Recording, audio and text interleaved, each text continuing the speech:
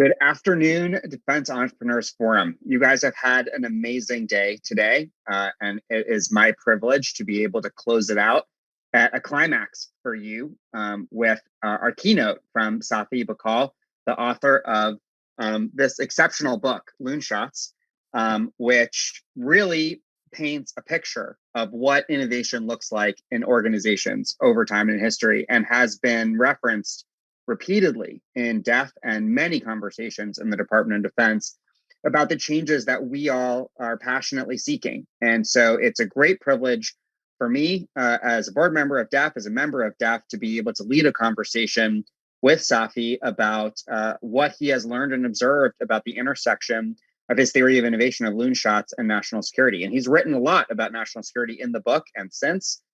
So he has a very informed perspective on this. I'm not going to read his bio to you. I'm sure you've all looked it up or maybe committed it to memory, but safe to say, he's a physicist and entrepreneur himself. He led his own breakthroughs in industry as well as academia, and comes to us as someone who is really committed and passionate to being also a mentor and supporter of all of us and serving his country through his thought leadership. So without any further ado, Safi, I'd love to welcome you to share the virtual DEF stage with me for this fireside chat.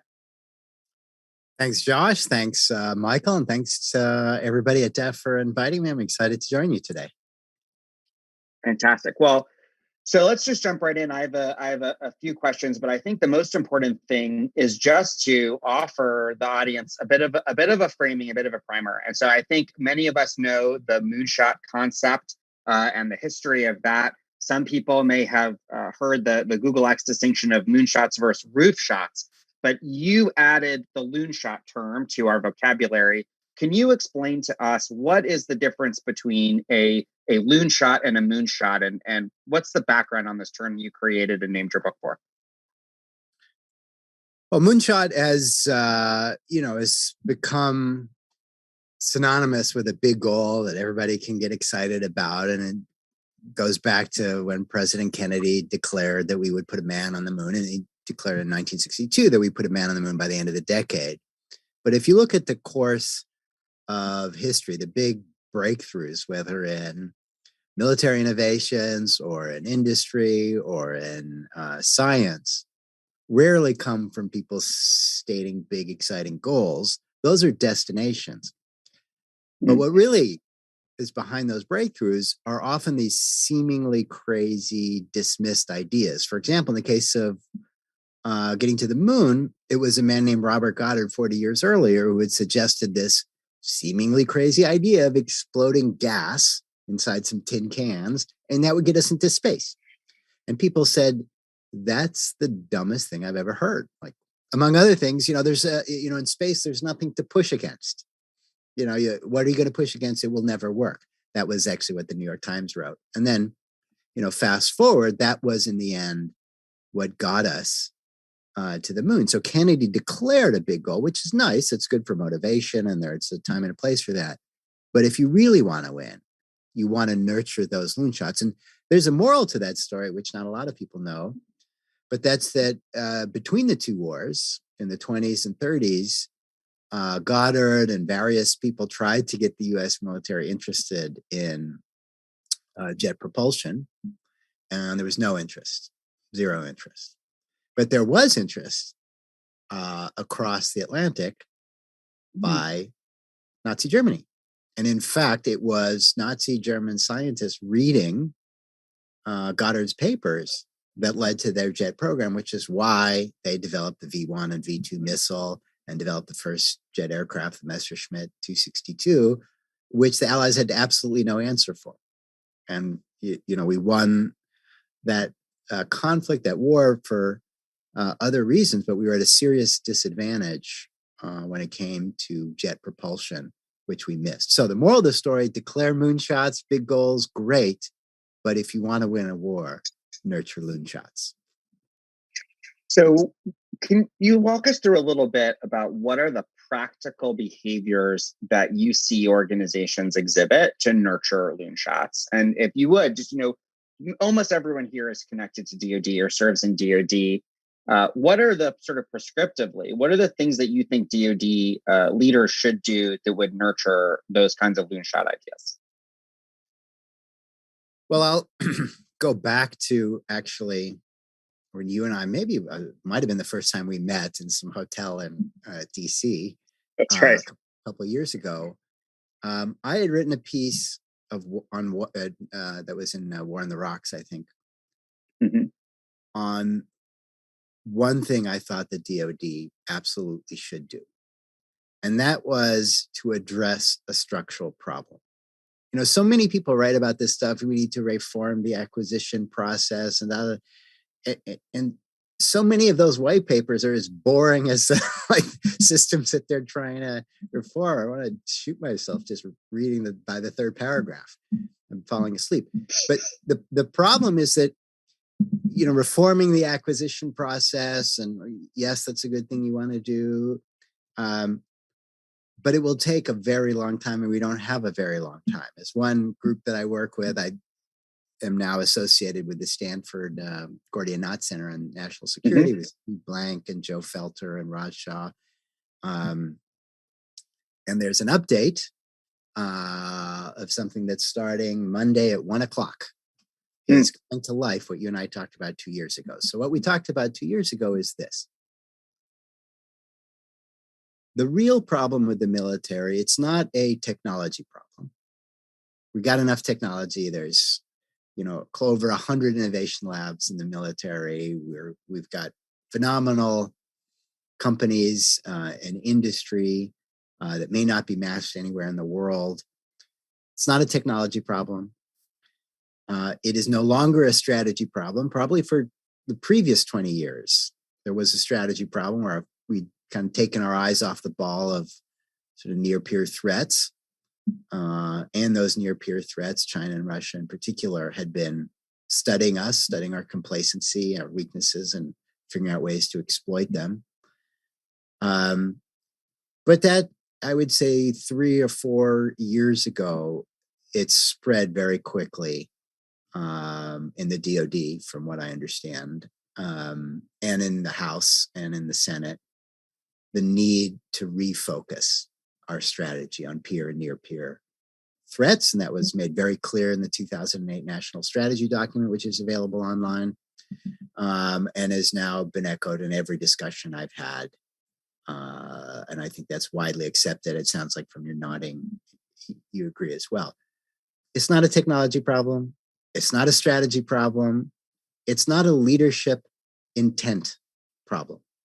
You and I both know that if you talk to senior staff, and whether it's at the House or the Senate or the Joint Chiefs or the Office of the Secretary of Defense, every single one of them is pounding the table on innovation. So what's the problem? Not a technology, not a strategy problem, not a leadership will problem. It's an adoption problem, a lack of training on how to adopt new technologies. And here's what I mean by that. A Jeep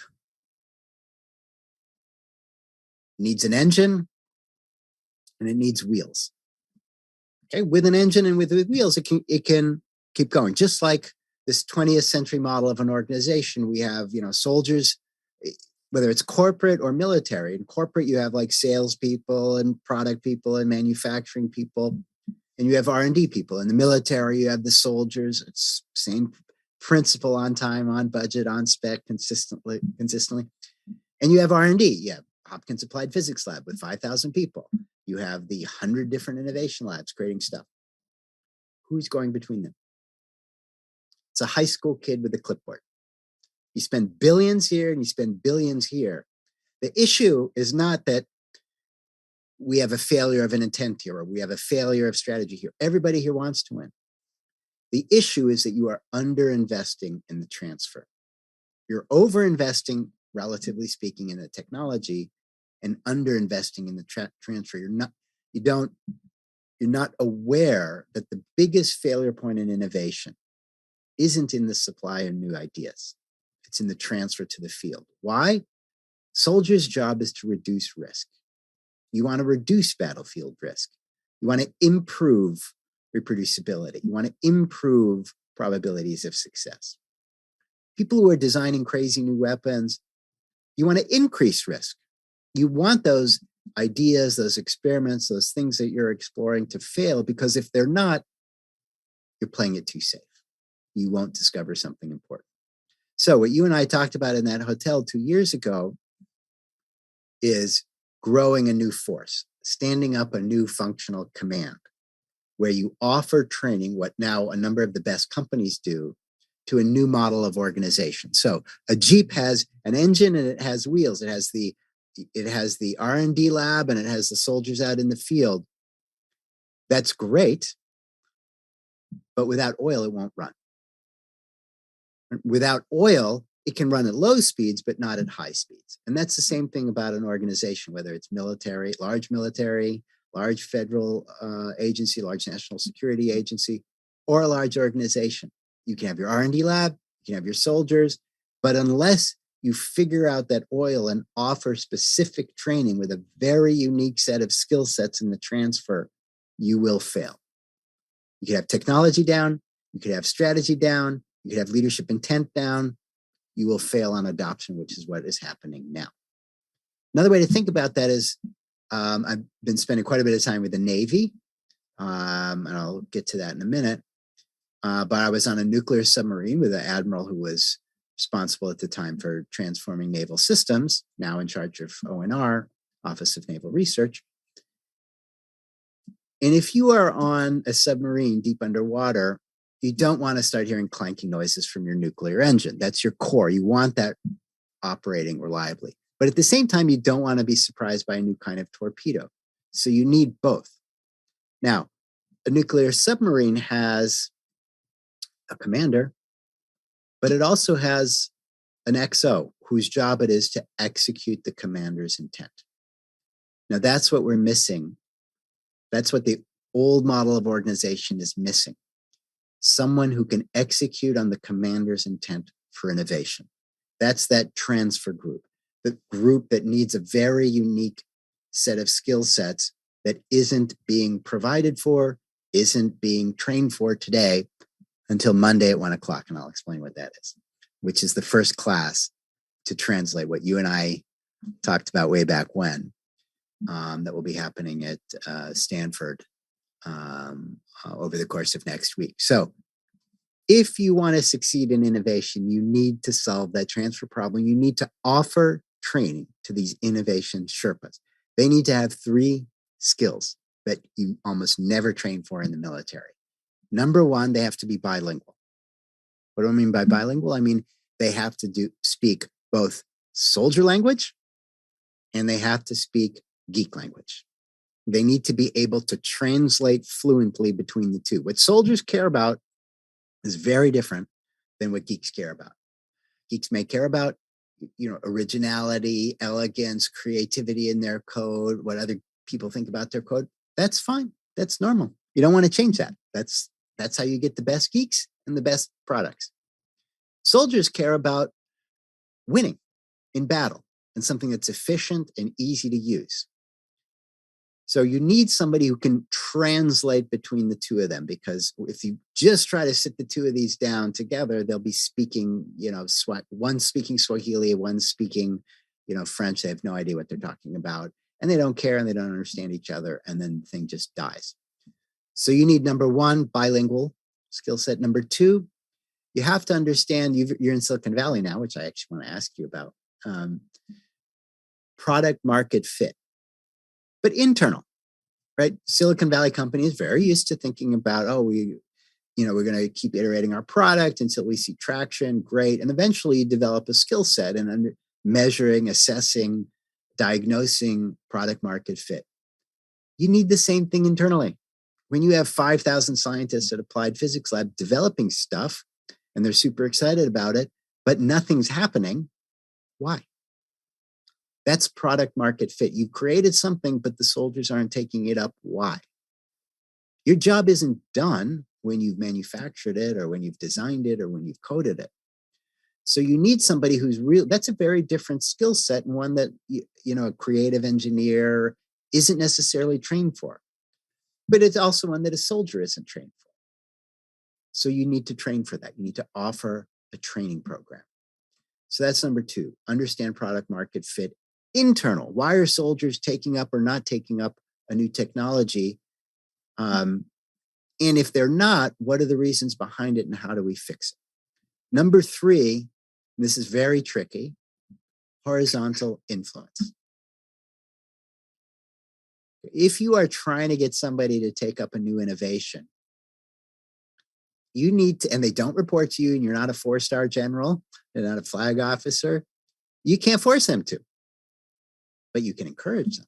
You can trade with them. You can identify what their wants are and what their needs are and what currencies you have. If you need something, there are the soft skills of horizontal influence. How do you get people who don't report to you on your side and to try something new, even if it might not be 100% their job? You'd like them to help you by testing something new. So those are 3 skill sets. I started after you left the Defense Innovation Board, joined the private sector. Hopefully we're making a difference there as well. Obviously the pandemic hit, which slowed a ton of plans, but there was quite a few folks that reached out, and this idea of offering a training course. Nobody offers that training. You offer tons of training in warfighter schools for how to win a battle at sea, how to win a battle at air, how to win a battle on land. Where's the training for how to win the internal battles? And which actually matters more? When you've got a $2 billion program and it gets killed for dumb reasons just because nobody's been trained in how to sell a program effectively, that's a major loss to warfighting capabilities. That's a major, that could put lives at risk just because you haven't offered training in how to make a case effectively, in how to sell what works. And they offer that training in the private sector, where they've created this internal glue of program managers or transfer specialists that go between the creatives and the soldiers. So over the last 6 months or a year, I've started some discussions with the Stanford group, Steve Blank and his cohort there, and Joe Felter, Pete Newell at BMNT, who I know is a sponsor of DEF. And the Navy has stepped in and said that they want to provide this kind of training. I can't speak for folks in the services, but my understanding is that there's very broad interest. And the first training class, I call them Innovation Sherpas, the newly announced, well, I don't know if it's been announced or not, but the name of the course. It's getting announced right here. It seems like we're going to break some news. What is the course going to be called? The Innovation Navigator Training Program. And it will start. I love it. The first one will be this Monday at 1:00 at Stanford. And BMNT is taking the lead on producing it. There are a number of instructors that I mentioned, the ones who teach the Stanford Technology and Innovation warfare class. I'll be contributing, and hopefully it's one of many. We've reached out to folks at the Air Force who've shown a high level of interest, Army. Quite broadly, I would say there is interest in offering this training and elevating the idea of this role. The idea of having sort of liaison or tech transfer is common, but like I said, it's a high school kid with a clipboard. Because they are not elevated, because they're not trained, it's some guy who's just thrown into the role. Knock yourself out, buddy. And typical reaction is from whoever he talks to, well, typical life of that is 36 months, so I'm just going to wait you out. So hopefully this is the first step. Hopefully there will be many such. There's already been a lot of requests from folks to join and participate at a very senior level. This first class is focused on a specific project, high priority, high visibility project, training the folks who will be working on that project, and hopefully it'll be rolled out many more. And then maybe that is the first step into the vision that you and I talked about 2 years ago of creating a new command of people who can get this training, who can get this skill set, and who can be innovation navigators. Because, like I said, what worked the last 50 years won't work the next 50 years. You can't have a Jeep running at 10 miles an hour with no oil, which is what we have today. You need that internal oil to make the pieces work together well. All right, I'll stop talking. No, that was an incredibly elegant encapsulation of my 5 years at the DIP, Safi. I mean, I feel like one of the things that really was a hallmark for our whole experience with that group was Eric Schmidt saying in 2016 to Congress, DoD has an innovation adoption problem, not an innovation problem. And that was sort of the bumper sticker we took everywhere we went, to every combatant command. And so I think you nailed it. And no surprise, working with that pantheon of innovation heroes, everyone you named, Steve, Raj, Joe, all have been DEF speakers. I want to tie what you said, though, to something that Steve Blank said to DEF when it was a year or two ago, he addressed us. He was really pounding the table with Pete Newell, talking about the need for innovation doctrine. And I think one of the reasons that we don't teach these skills in our schoolhouses is because we haven't reached a consensus. There isn't a doctrine. Now, I give Steve and Pete a lot of credit because of I-Corps and I-Corps becoming Hacking for Defense. They have proffered up something that I think could coalesce into doctrine.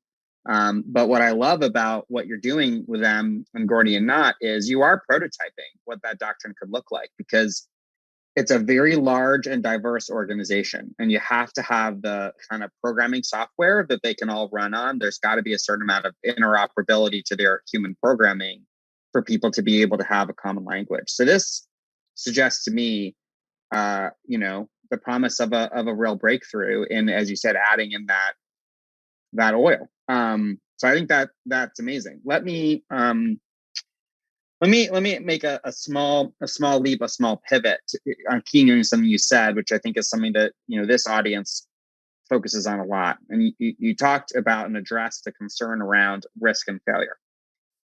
And earlier this week, I was giving a talk, not unlike this conversation, to an amazing program run by Shift, the Defense Ventures. Probably a lot of Defense Ventures fellows on this call. They're service members, many Air Force, but all services, and they go spend 6 weeks at venture capital firms. It's a phenomenal thing. Will Roper started it, and one of the dialectic we had was about risk. And I opened up with a strong salvo saying, most of the decisions making military aren't really life and death decisions, and we have to consider risks of omission as well as risks of commission, the opportunity cost of not changing, and suggested, as I think many in DEF feel, that there's an enormous risk to not adopting new technology.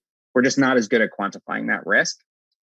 And you raised this point when you talked about a submarine, right? We don't want risk to Rickover's playbook and manual. We don't want nuclear meltdowns. We don't want that kind of risk, but we also can't afford to be surprised by a new torpedo. So can you offer us some wisdom on how you think about risk, good risk and bad risk, how much we can tolerate, how much we can't, and how to navigate the conversation with Congress and the building over what is the right way to quantify, measure, or tolerate risk? That's a very good question. Actually, even since you mentioned Steve and Pete and BMNT and Hacking for Defense, I should do a plug for them, a call to action, which is I'm also a big fan of the Hacking for Defense program that they started, and they're now in 50 universities, and I believe there's some senators who want to see it at every university in the country. And everybody who is on this call can help by submitting a problem. If you go to h4d.us/submit a problem, submit-a problem, what they need are the sponsor, people who come to the students with a really good, interesting, meaty problem, and that gets critical mass. So you can help if you want to be part of this by participating in that Hacking for Defense program just that way. Anybody here can help. In terms of measuring risk, you're absolutely right. When I speak with companies about it, it's the way I think about it is you can't measure what you can't manage. You need to be measuring. Otherwise, you're just talking. You're just talking about innovation until you're blue in the face. So when you want to address innovation, what are you measuring? So the way I would have suggested, and a number of companies are kind of doing this, measure your percent of expenses, FTEs, budgets, that is devoted on your core cruise ship, your core franchise, your core business on maintenance and making sure the nuclear engine doesn't melt down. Measure what percent of your budget and FTEs and time, including leadership time, is devoted to the speedboats, the things that sort of peel off from the main ship, and maybe you'll explore it a little bit, and if it doesn't work, no problem. If you're Google 15 years ago and you're searching text, that's your core cruise ship. You own that lane. If somebody comes up to you and says, I'd like to search images online too, it's like, oh, it's a reasonable speedboat. But then somebody comes up to you and says, I really like to build an email application. Okay, well, that's a helicopter going to very distant lanes. So what you want to do is you want to measure your cruise ships, your speedboats, and your helicopters. There was a quote by Thomas Edison that I saw recently. You can't measure innovation. The true measure of innovation is the number of experiments in 24 hours.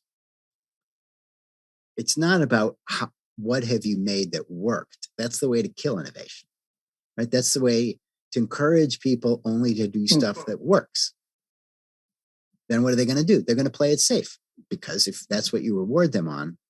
So you need kind of a two-handed metrics. You need to clarify for everybody that we don't want risk on our nuclear engine, but we do want risk and failure when we're investigating new kinds of weapons. If we don't get risk and failure when we're investigating new kinds of weapons, we have a far bigger problem. At the early stages, you don't want to be spending, you also want to avoid premature scaling. You don't want to be spending $10 billion on a weapon system that doesn't work. But what I mean is, you have a pipeline, at the early stage of that pipeline, you want to explore lots of stuff, and you want to see a lot of things that don't work. Otherwise, you're not taking enough risk. So the real thing you want to do to clarify at the top is make a distinction, to draw out, to map out, to get a dashboard. How much are in your cruise ships where you don't run risk, and how much are in your pipeline of early stage crazy ideas, moonshots where you do want risk.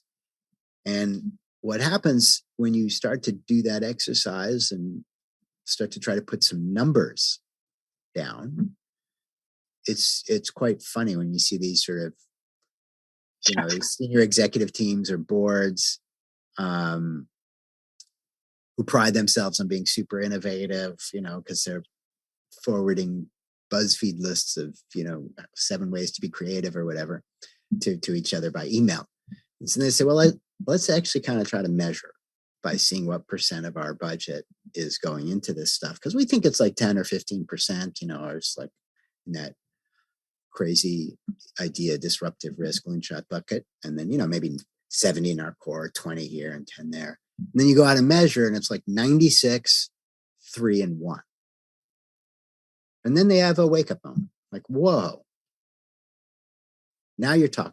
Now you have some data. Now you have some numbers. I think DoD, when we tried to measure this, we thought it was 98.2, which was a big improvement. When I got into DoD, it was like 99.1. And I think it's, if you factor, if you add in the entire R&D budget and all those other stuff, you start to get into double digits, into the teens.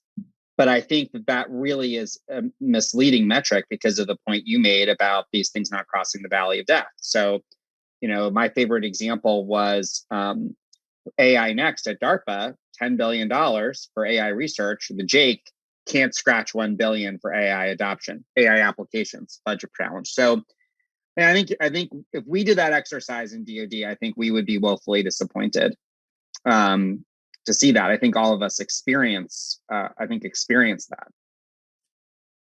Yeah, and numbers have a way. Once you start measuring them and reporting them, people have a way of acting to move those numbers. If that starts to become an important metric, then people will start to do it. Otherwise, you're just talking. It's just talk. If you're not measuring, it's just talk. Yeah. So just to push back a little bit, Safi, like one impedance that we are facing, though, is that when you want to recalibrate these decisions, there's a lot of friction. Some of it is legislation. Some of it is regulation. We don't have a perfect ability, even for the most enlightened leaders, to make changes. And the kick I'm on these days is planning, programming, budget, and execution reform, our budget process. And so one of the challenges we have today is if every single leader in the department was practicing their ideal horizontal influence skills, and they all decided in unison that we were going to make a stair-step leap forward and move 10% of our cruise ship budget into our helicopter budget, right? To use your example, they would propose that to Congress, and we wouldn't see the results of that decision until 3 years later. The latency in the budgeting process, the resource allocation process, forces every leader to implement the priorities of the leader who preceded them, who is invariably gone. Because if you serve in a very high leadership 3 or 4 star position, or a political appointment for 3 or 4 years, you only get one shot, maybe 2 shots at a budget. And the first year on the job is the previous leader's budget. And so I think one of the presumptions undergirding your excellent theory is the ability to make change in the resource allocation. And I would love for one of the positive emanations of your thinking and your training and all your work with Steve and those folks who are so influential is to put pressure on Congress to recognize that we can't have technological agility without budget agility. That there's a linkage there. It's a link that cannot be broken without help from across the river. Absolutely, and I think that's why I mentioned early on. It is of course essential. All the stuff that people talk about reforming acquisition, but also reforming budget, is a high priority, and it should get done. But given of what we both know, the pace of legislation and the pace of especially big legislation like that will take a while. It doesn't mean you shouldn't do it, and you absolutely want to do it, just like you want to nurture those cruise ships. But sometimes you want a jujitsu move that can move very quickly. So, as an example, standing up a functional command is a jujitsu move because it comes with you're able to legislate from the beginning a new kind of budget authority, the kind of budget authority that, let's say, cyber or special ops has, which is kind of an independent budget line. So if you created this sort of innovation navigator program and it lived within a particular service branch, you would have to deal, as you say, with the previous 4 stars budget. But if you create a sub branch, that's the structural jujitsu that allows you to create a separate budget channel because it already exists. As you know, the legislation granting that kind of rapid acquisition authority exists for cyber, for special ops, or a few of the functional commands. It's already been written. It's so much easier, as you know, if you can more or less say, you see that thing there, just hit duplicate. Okay. You don't have to start from scratch. So it is easier. I mean, this is getting maybe a little wonky for you, stuff that you and I may really care about. I don't know how much the deaf guys will, but this is a crowd that geeks out on this stuff like literally nights and weekends. They're literally doing this all day tomorrow on a Saturday. So keep going. Go as deep as you want. No, I agree with you that you can't. That needs to both the budgeting process needs to be changed, and the acquisition process needs to be changed, and you should push those things. But we have certain threats that are urgent, that can't wait the 5 to 10 years to reform legislation. When you have something that urgent, you look for creating something new. Because when you create something new, it's lifted from the burden of legacy ties. You can grant it certain authorities and ability to move quickly.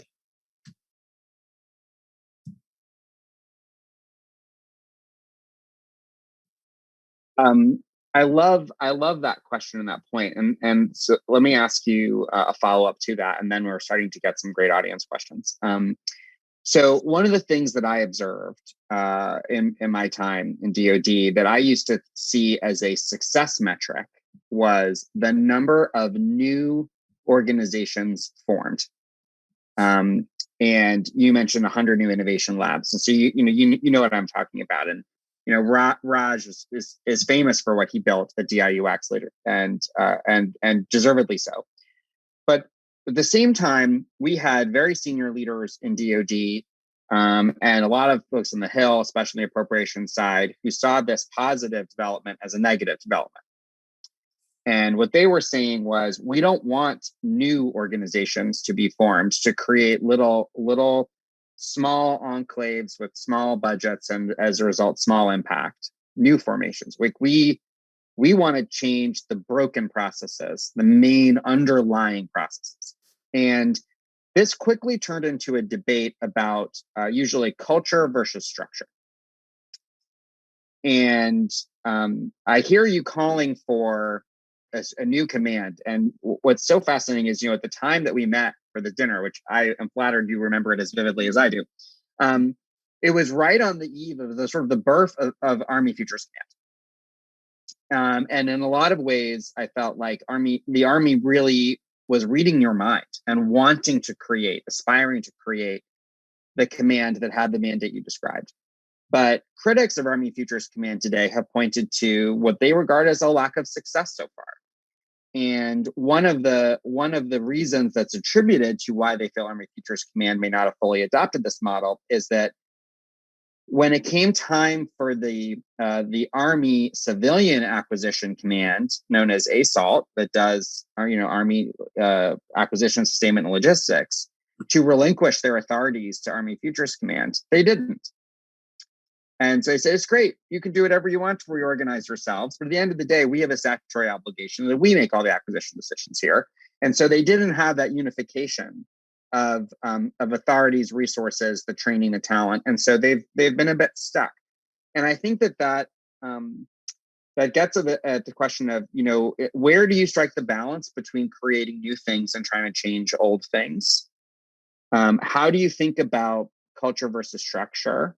And then I'm going to pivot to an audience question that builds on these, but I don't want to overload you. So those are two big ones.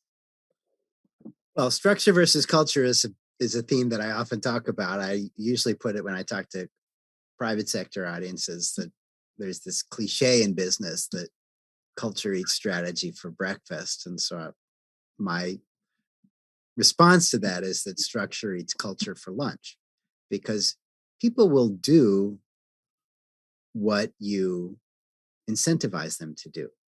If you promote people for doing what their superior officer did the same way he or she did it, and no different and maybe a little better, they will just repeat, rinse and repeat. They will not take any risk.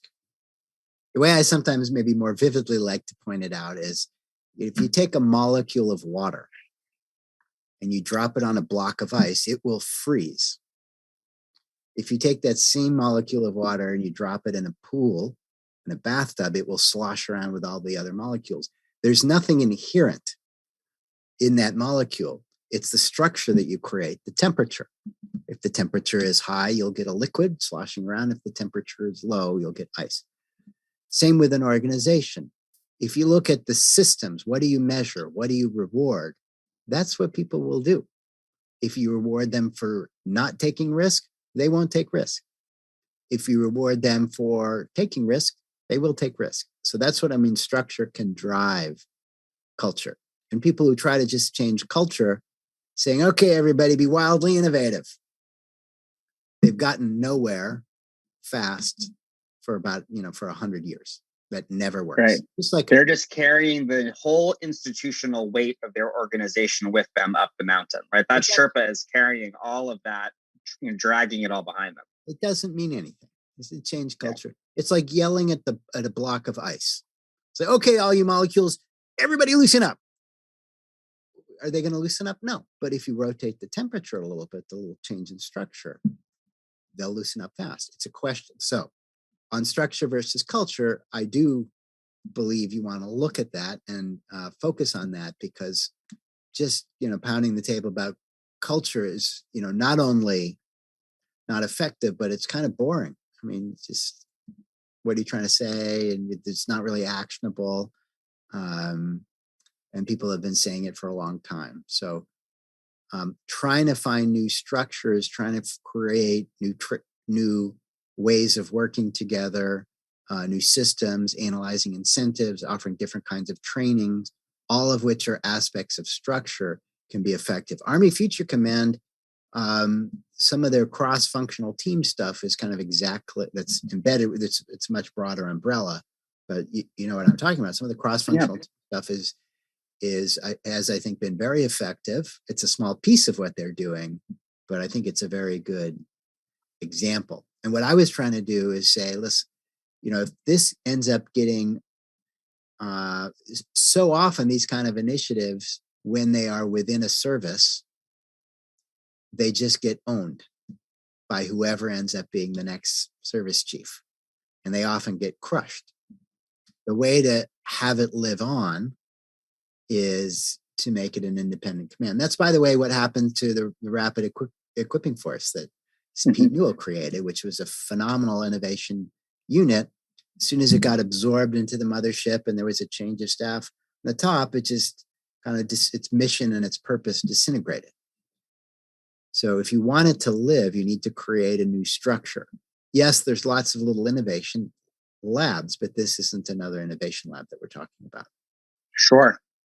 Well, I think one of the challenges there is, culture and counterculture, or structure and different structures. And I think your point there about why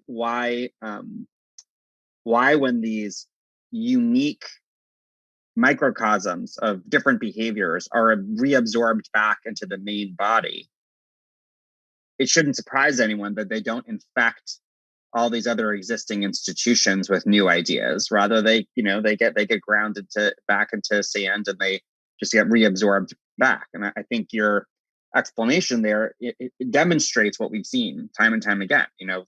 Absorbing the Rapid Equipping Force back into Army acquisition did not change the way Army acquisition behaves. It did eliminate the way REF was able to innovate. That's a great point.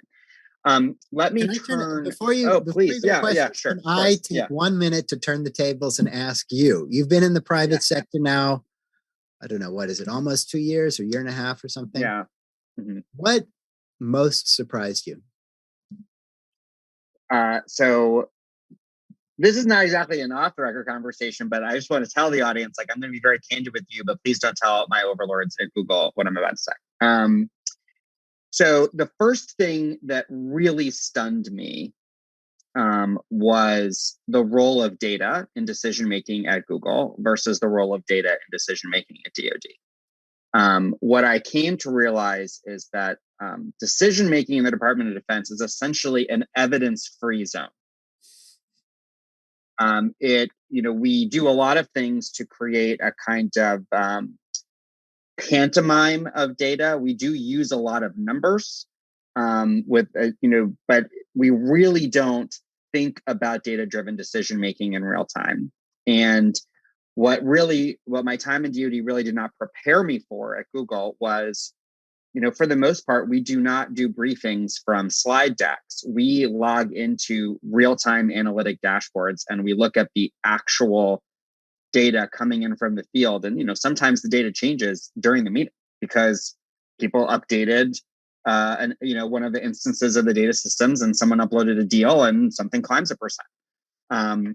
As a result. And so I had to learn a new set of skills and learn a new set of behaviors around not just expecting to be patted on the back for having great ideas, but having to prove them out quantitatively through our business performance. So that was a good experience for me, but it made me look back a little bit skeptically on some of the things I saw in the department. Another big change that I think the DEF crowd, or contrast, I should say, that I think the DEF crowd should find reassuring is that when I came to Google, I imagined that everyone I would encounter would be creative, collaborative, would have have a master's degree in some form of innovation adjacent discipline, and the truth is that none of that was true. I mean, we have amazing engineers, and we have great salespeople, but the transformation that we were all part of in DoD of trying to teach people human-centered design, teach people lean startup, teach people about psychological safety and these sorts of things, that is also going on inside organizations like Google, which is just another very large bureaucracy. In the same way the DoD is also a very large bureaucracy. And so we are building a lot of the same tools around how to build for our public sector customers. And I would say, Google, that's not really true of Google on the consumer tech side. Like, the consumer products that we build, that billions of users use, are built with the culture and the techniques that Google is known for. But one of the challenges with the defense industry and industries in general is they take on the qualities of their customers. And so as Google has started to invest more and more in a public sector business, which is something that is a newer development for Google, we took on a lot of the qualities of the industries that have long supported the public sector. And so we're very actively engaged in bringing what I would regard as sort of the Googly behaviors that public sector customers expect from Google into our public sector business with great effect. Like it's been a great year for us because we're doing that. You mentioned product mission fit as being a key thing, Safi. What I talk to my team about is not product market fit, but product mission fit. And I think that would resonate with your friends at Stanford because it has a lot to do with what Pete did with the business model canvas, turning the business model canvas into the mission model canvas for the hacking for impact stuff he does, the common good. So, for us, Google has built incredible products and services for individuals and for corporations. But the sales motion is different when you're talking to public servants who wake up every morning thinking about the impact of their work on citizens and on each other. And so we're really driving towards this notion of product mission fit instead of product market fit. It's sort of one of the slides I always show. I love that. It makes perfect sense when you're Yeah. So I think those are the big differences. I mean, one thing that I found very reassuring, and I alluded to this a moment ago, is you really need to have those horizontal influence skills to make change happen in DoD. I'm fond of patting myself on the back and pointing out that the Defense Innovation Board had a budget of like a couple grand and like 1 or 2 FTEs, when we got started, and we were able to make an impact, but we had no authorities, right? It was all through the horizontal influence that you're describing of having amazing board members who were passionate, who worked hard to develop expertise, who were committed, and who pushed hard for change. But it was really flexing that horizontal influence skill set. And what I learned navigating the interagency process and navigating the joint and combined processes and working with allies and partners is really the same skill set that you need at a 125,000 person Silicon Valley company. Our decisions are super flat. And so the influence skills that DEF members have from trying to make change in the department, it's really exactly the same skill set you use when you're trying to be an entrepreneur or an intrapreneur. So I like to think that it's, the same battlefield, but a different foxhole. But I will close by saying that, one thing that I do really miss is the mission. So what's really important to me about DEF is that even though some of us are still in uniform or still in service, some of us are in industry, some of us are NGOs, it is a place where we all feel as one community.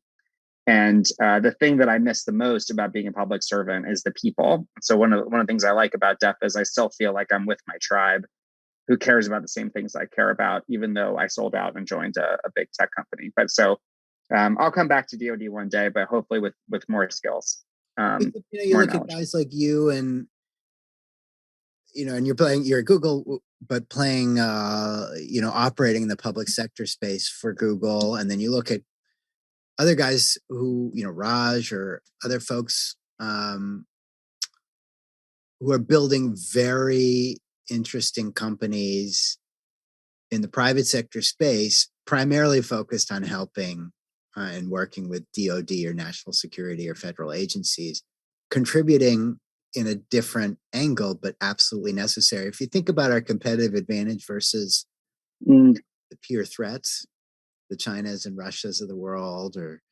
even North Korea's, they may have some structural advantages, in either number or size, but we have a university advantage and a private sector advantage, which is very important competitive advantages. And having guys like you or Raj or any of the many people that we know in building very important and interesting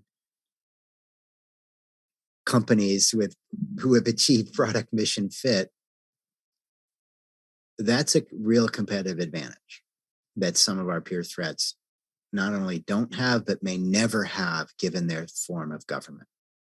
That is a structural advantage of the United States. So having you where you are, a number of others that we know building similar companies where they are partnering with the DoD is just one leg of the stool that's helping us with our national competitive advantage. I hope that's true. I know Raj hopes that's true too. I think a lot of us that see our future going back and forth hope that we are making a difference.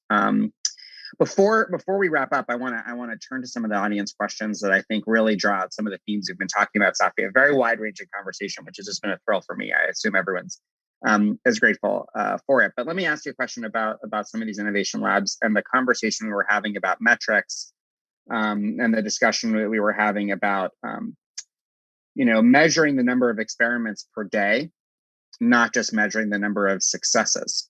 But we have an audience member pointing out, there must be some way to tie metrics to these innovation labs or these sources of innovation to the frequency with which, or the impact of which, they cross that chasm. So if you'd imagine that,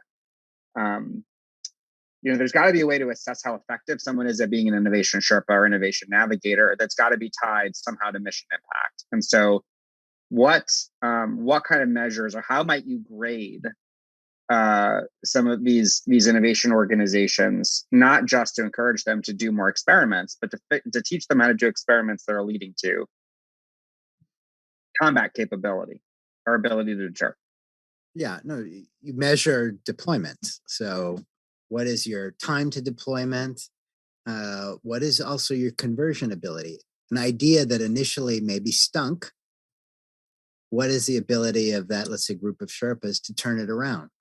Where something, in Silicon Valley, nothing works the first time, and it's very common. And the point of product market fit or product mission fit is to iterate until you find it, because nobody knows where the real great fit will be in the beginning. So what is the conversion rate where you took a bad idea or an idea that didn't work and turned it into a good one? And really the velocity. What is the number that are entering the funnel? And what is the number in the middle of the funnel? And what is the number at the end of the funnel that are deployed and actually in the hands of soldiers? And, when I say velocity, I mean, not only speed, but direction. Because if you are innovating in a way that's off strategy, you're innovating, I don't know, credit cards or something, that's not in the right direction. So innovation velocity at the different levels of the funnel can get to that point. Perfect. Last question. One of the things that really strikes me, Safi, is that we all benefit from your having taken the time to really learn the department. And you reference specific examples from each of the services from OSD as references. And so I'd love to get your perspective. This is an audience question. I'd love to get your perspective on the differences you perceive between the services. And you're doing this work, Navy works. You mentioned Army. You've mentioned Air Force a few times. Do you have any reflections or impressions from your conversations about what you think is or isn't working and the differences between the structures of how these different services try to innovate? That's a really interesting question. I've spent the least amount of time, for whatever reason, with the Army. I think I was just starting to engage with them when the pandemic hit, and so a lot of things fell apart. But I've spent the most amount of time with the Navy. I don't know how to explain why, but the Air Force is clearly, with AFWorks and all the programs that Will Roper and others started, been probably leaping ahead in creating new structures and creating a pretty impressive velocity. If there was a race between the three services, I'd be curious how you would handicap that race, but it strikes me that can't tell you exactly why. And it may have been just a few right people at the right time with the right authorities, as sort of Will Ropers of the world, made that happen. I think there's something inherent in the Navy, the big and the gray. When your self-image is, big and gray and heavy, it's a bit more of a leap to switch to, small, fast, and unmanned. So one of the things we've been trying to do is say, listen, it's terrific if we want more of the big, gray, and heavy. But the folks building the big, gray, and heavy can also be in charge of the small, fast, and unmanned. You really need to split it into two. Otherwise, it'll just get swallowed. You need two different processes, two different structures, two different pathways. And so we've been working on that. I think it might have been Eric Schmidt or who mentioned it, because he was involved a little bit and called in, and Steve's certainly very active, Steve Blank. But there's a good lesson there that I like to think of that has come up a few times, is boats in the water. You can talk until you're blue in the face about new methods or innovation doctrines or innovation pipeline, but what convinces people is boats in the water in the Navy. So if you build something and you figure out a way to quickly make it happen, don't wait for permission. Just make it happen. You build something, even if it's a prototype, now you have something to point to. You really want to make something happen inside a large organization, you've got to get tangible. So boats in the water will make ideas happen. Boats in the water make ideas happen. That's great. One last audience question I want to hit on, and this was something I wanted to ask you about as well. And it's one of the themes I want to draw from this whole conversation. That's the role of individual personality. And we talked about the power that a Honda, Gertz, or Will Roper had in this organization. And I think about characters from your book like Vannevar Bush and Theodore Vail at AT&T. And I feel like this question of culture and structure is also a proxy for the role of, force of individual cult of personality versus repeatable incentives, systems that can withstand either the arrival or departure of one of these larger than life personalities. And you talk about some books, sort of Gardner versus Moses. Could you leave us with some prognostication on the role of individuals in determining the outcomes of organizational and the innovation potential? Yeah, I think it's, Admiral Rickover was a great example of that too, obviously. Or Moffett with the aircraft carriers, Schrieffer with ICBMs. But I think it's a massive danger to rely on personalities and hope. And that is what's going on right now.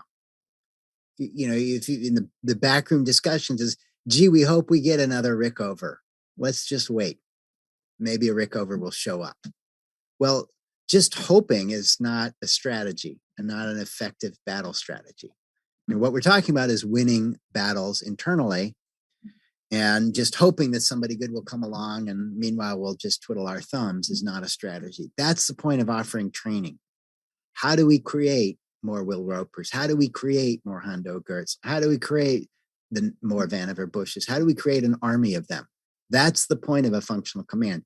Like for special ops, you didn't say, well, I just hope there'll be someone who's really good and in a bunch of different areas and really lethal and really stealthy, and let's just wait for somebody like that to come along. No, you create a command of like-minded people, you tell them what you're aiming for, and you train for that. So we create a command where the goal is to keep producing more Vannevar Bushes, more Rickovers, more Will Ropers, and just rather than hope that they'll just show up someday miraculously, train for that.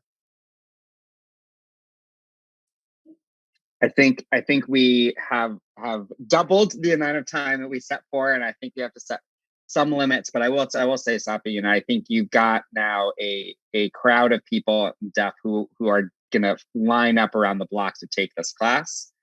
Who if they haven't already read the book are going to buy the book.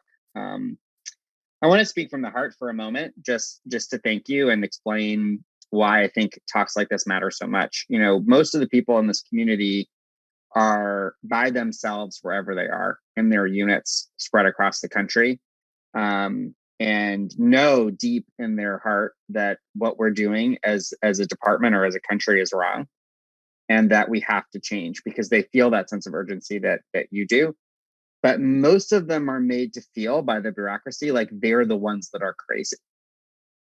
They are made to feel like whether they have a small idea or a big one, that they're looning, that they're the subject of loon shots, and they are laboring without the benefit of that psychological safety. Adam Grant testified at Congress about a month ago and said that DOD's culture was a threat to national security. If that's true, and I do believe it's true, part of what we need to do to protect our country is to convince the people that are listening to you right now that what they're doing is right, that they're not crazy, that there is a logic to it, that there's data behind it, that there are people as brilliant as you who have written these elegant and thoughtful books that explain that they're the ones that actually see into the future, and that they're not wrong, and that they're onto something and they have to stick with it. So I want to thank you for sharing your insight and your wisdom with the DEF community, because I think this gives all of us motivation to hang on a little longer and keep pushing and to want to become the innovation navigators that you're writing about. And I think you give all of us a way to think about these ideas and these instincts and intuitions that when you say them, it just seems so obviously right. And I think all of us will show up to work on Monday just with a little bit more confidence that what we're doing is the right thing, because you took the time to share your perspective with us. So on behalf of all of us, thank you. It matters much, much more than just intellectually. I think it matters really very deeply emotionally to have the leadership of people like you in our community to show us the way.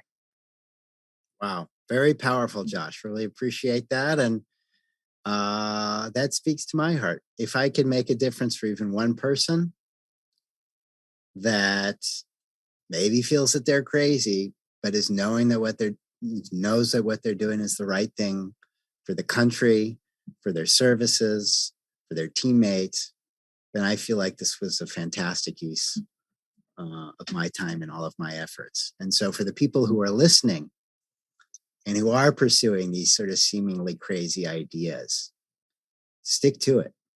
You're appreciated, you're loved, and all of us are grateful that you guys are doing it. Amazing. Safi, this is a perfect way to end day one of this conference. I'm so grateful to you on behalf of all of us. Let me just make a couple of public service announcements real quick. For those of you who are in Washington, D.C., we hope you will all meet us in person at WeWork at 6:30 p.m., where we can continue this conversation over some drinks in a socially distanced or however properly precautioned way. But do come to WeWork at 6:30. We will see all of you tomorrow at 9 a.m., where this incredible conversation is going to pick right up and continue. And those of you in DC, we will have a closing happy hour tomorrow as well at 3:00. So that concludes the proceedings for DEF21 Day 1. Please join me in a virtual applause for Safi, and we will see you all tonight or tomorrow morning. Thanks again.